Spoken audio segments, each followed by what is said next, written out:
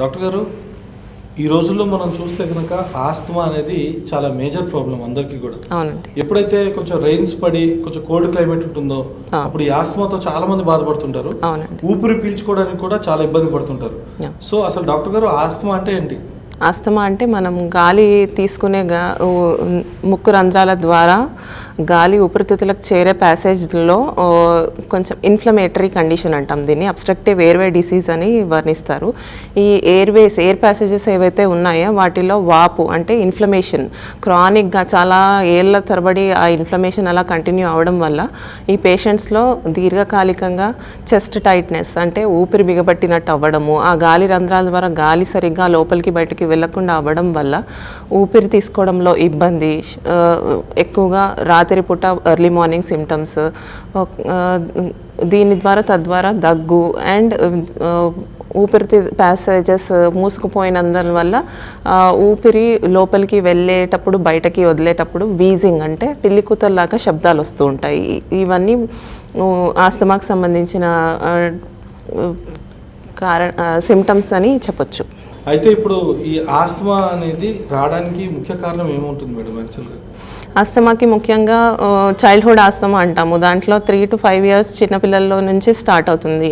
ముఖ్యంగా genetic disease అయి ఉండొచ్చు, కొన్నిసార్లు ఎన్విరాన్మెంటల్ డిసీజ్ అంటాము. జెనెటిక్గా అంటే హెరిడిటరీ, ఐదర్ మదర్కి కానీ ఫాదర్కి కానీ ఇద్దరికి కానీ ఆల్రెడీ ఆస్తమా ఉన్న children they will have more chances. 80% to 90% ఒకవేళ ఇద్దరు పేరెంట్స్లో ఆస్తమా ఉన్నట్టయితే జన్యుపరంగా వీళ్ళకి కూడా ట్రాన్స్మిట్ అయ్యే ఛాన్స్ ఉంది. అలా కాకుండా ఎన్విరాన్మెంట్ ట్రిగర్స్, ఇండివిజువల్గా కొంతమందికి ఫుడ్లో కానీ గాలిలో కానీ కొంచెం డస్ట్ కానీ పాలెన్ కానీ మోల్డ్ అంటారు ఫంగస్, ఇంట్లో కొంచెం ఏమన్నా కొంచెం తేమ ప్రదేశాలలో ఉండే ఫంగస్ చేరి అది పడకపోవడం, కొంతమందికి డస్ట్ స్మోక్ ఇంట్లో పెట్టే సాంబ్రాణి కానీ తాలింపు వేసే స్మెల్ కానీ, ఇవన్నీ ఇండివిజువల్ బేసిస్లో ఎన్విరాన్మెంటల్ ట్రిగర్స్ అంటాము. కొంతమందికి ఆక్యుపేషన్ రిలేటెడ్ వర్క్ ప్లేస్లో వచ్చే కొంచెం ఫ్యూమ్స్ ఆర్ పెయింట్స్ ఆర్ ఏదైనా వుడ్ బేస్డ్ లేకపోతే అగ్రికల్చర్ బేస్డ్ ఫార్మర్స్ ఇట్లాంటి వాళ్ళలో ఎన్విరాన్మెంటల్ ట్రిగర్స్ అంటాము. ఇవన్నీ రీజన్స్.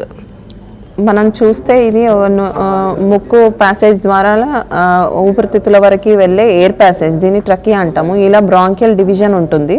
ఈ ఇమేజ్కి వస్తే ఇది నార్మల్ బ్రాంకస్, ఈ ఇమేజ్కి వస్తే ఇది బ్రాంకియల్ ఆస్తమా పేషెంట్ బ్రాంకస్. దీంట్లో మొత్తం స్మూత్ మజిల్ ఏదైతే బ్రాంకియల్ వాల్లో ఉంటుందో అది బాగా ఉబ్బిపోయి పేషెంట్కి గాలి తీసుకునే ఈ ప్యాసేజ్ కాస్త ఇంత ఉండే పర్సంటేజ్ ఆఫ్ గాలి తీసుకునే ప్యాసేజ్ చాలా చిన్నగా మారిపోయి పేషెంట్కి ఊపిరి తీసుకోవడంలో చాలా ఇబ్బంది అవుతుంది. దాంతోపాటు తెమడ ఏదైతే నార్మల్ పేషెంట్లో ప్రొడ్యూస్ అవుతుందో ఈ ఆస్తమా పేషెంట్స్లో బాగా ఎక్కువ హైపర్ సెక్రేట్ అవ్వడం వల్ల ఆ మ్యూకస్ అనేది ఎయిర్వే ప్యాసేజెస్ని బ్లాక్ చేసి ఊపిరి తీసుకోవడంలో ఇబ్బంది అవ్వడం వల్ల వాళ్ళకి చెస్ట్ టైట్నెస్, వీజింగ్, దగ్గు, తెమడ, ఆయాసం ఇవన్నీ ఈ మార్పు వల్ల వచ్చే లక్షణాలు.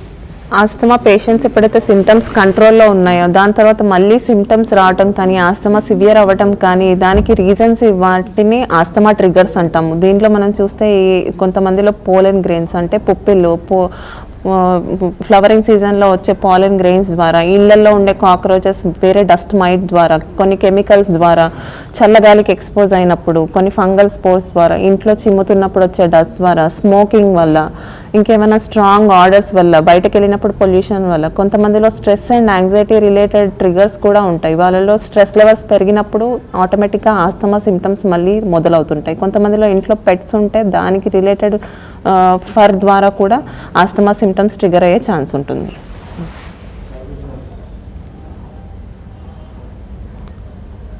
ఇలాంటి ఇంట్రెస్టింగ్ వీడియోస్ కోసం తప్పకుండా మా ఛానల్ని సబ్స్క్రైబ్ చేయండి.